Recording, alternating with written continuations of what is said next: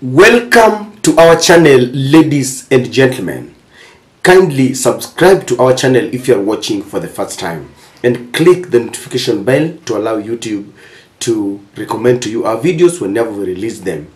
You can also like and share our videos. This is the best support that you can give to our channel. And to those who support us in one way or the other, I want to take this opportunity to say thank you very much.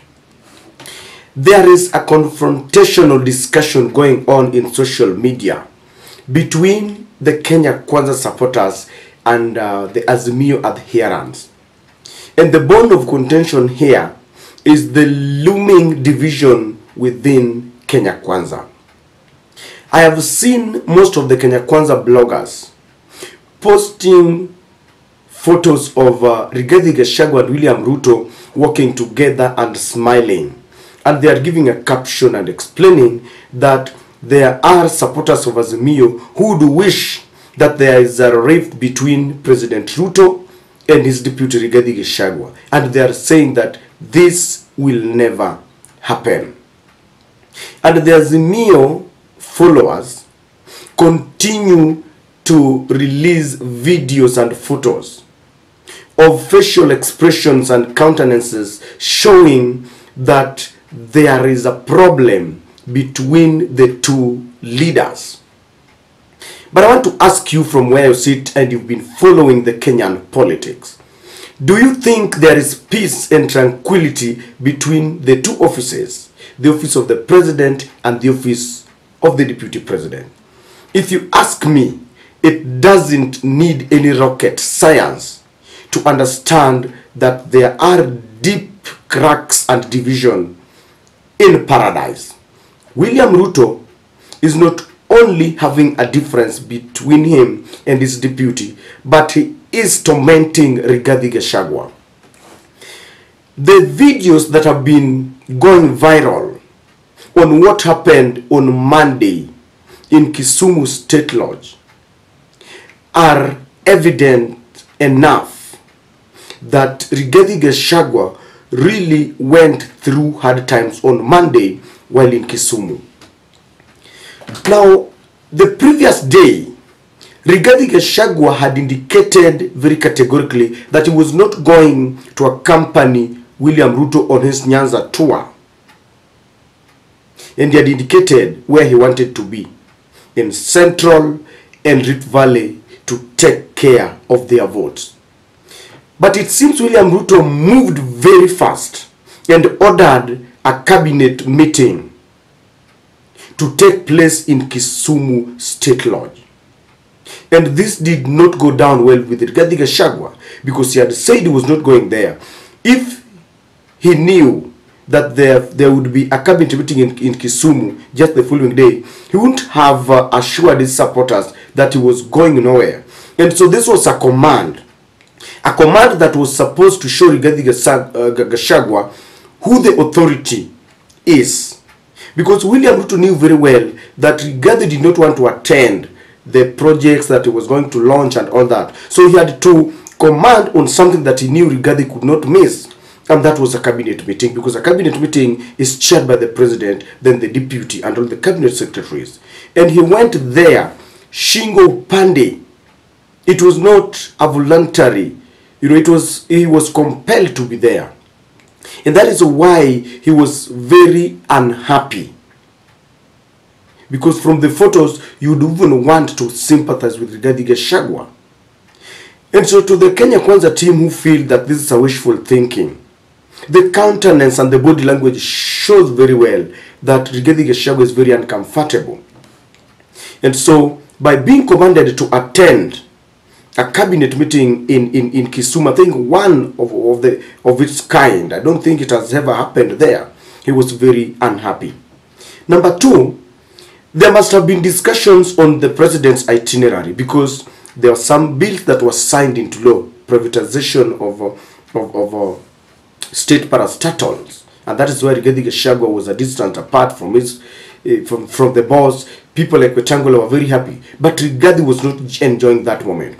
And I have a feeling that they must have been taken through the itinerary, and especially that the president was going to launch the MV Uhuru, that big ship that had been initiated by Uhuru. And remember, when this project was being initiated, Rigathi had complained last year that Tinga had taken Uhuru Kenyatta to Kisumu to take all the development that they were supposed to get. So he was going to witness one of the flagship projects that he had complained about. And so he didn't like the fact, and I'm sure that the president knew very well that after the cabinet meeting, other leaders would want to go their separate ways. But there must have been a command that after this meeting, we are all going to accompany the president as he unveils the flagship project, the MV Uhuru. And this again did not go down well with him. And I'm imagining Rigathi Gachagua sitting there, and he's being told that after this, we are not going nowhere. We are going to accompany the president to witness projects that he has always, condemned. Number 3, this was their first meeting just 24 hours after a confrontational altercation, when William Ruto called Rigathi Gachagua primitive for perpetuating the politics of shareholding. And then the deputy president had said, he rebutted with saying that he had no apologies to make. And he told the president that he maintains that those people who believed in him when they were campaigning and those who voted for them are the first and the major shareholders. So after that confrontation, I think this is what angered President Ruto, that his junior was now replying. It is like you are you have an exchange with your junior, with your boss. So they met face to face, and I'm sure they must have discussed in that cabinet meeting that they need to unite Kenyans and that they must embrace everyone. So meeting for the first time after those confrontational exchange was not going to be very easy, and I think it was very tense for Rigathi Gachagua. It was also the first meeting, a cabinet meeting, after the reshuffle, where Musalia Mudavadi was added more roles and given that position of a foreign affairs ministry. And that meant that moving forward, Musalia Mudavadi was now going to sit in the Security Council. It meant that the budgetary allocation to Musalia's office was going to be huge. And it also meant that it was going to even have more international flights.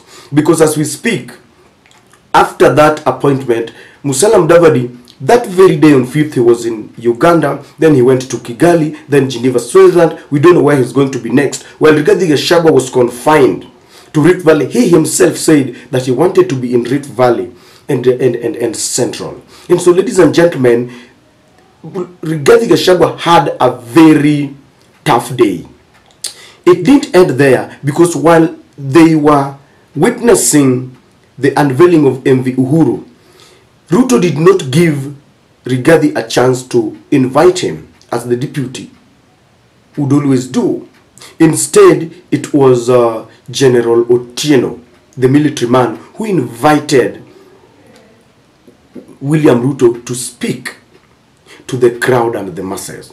And so, ladies and gentlemen, for those who think that people would wish that there's a rift between Rigathi and William Ruto, no one wishes that there is a problem, but there is, because you cannot run away from facts. And this is just a tip of an iceberg.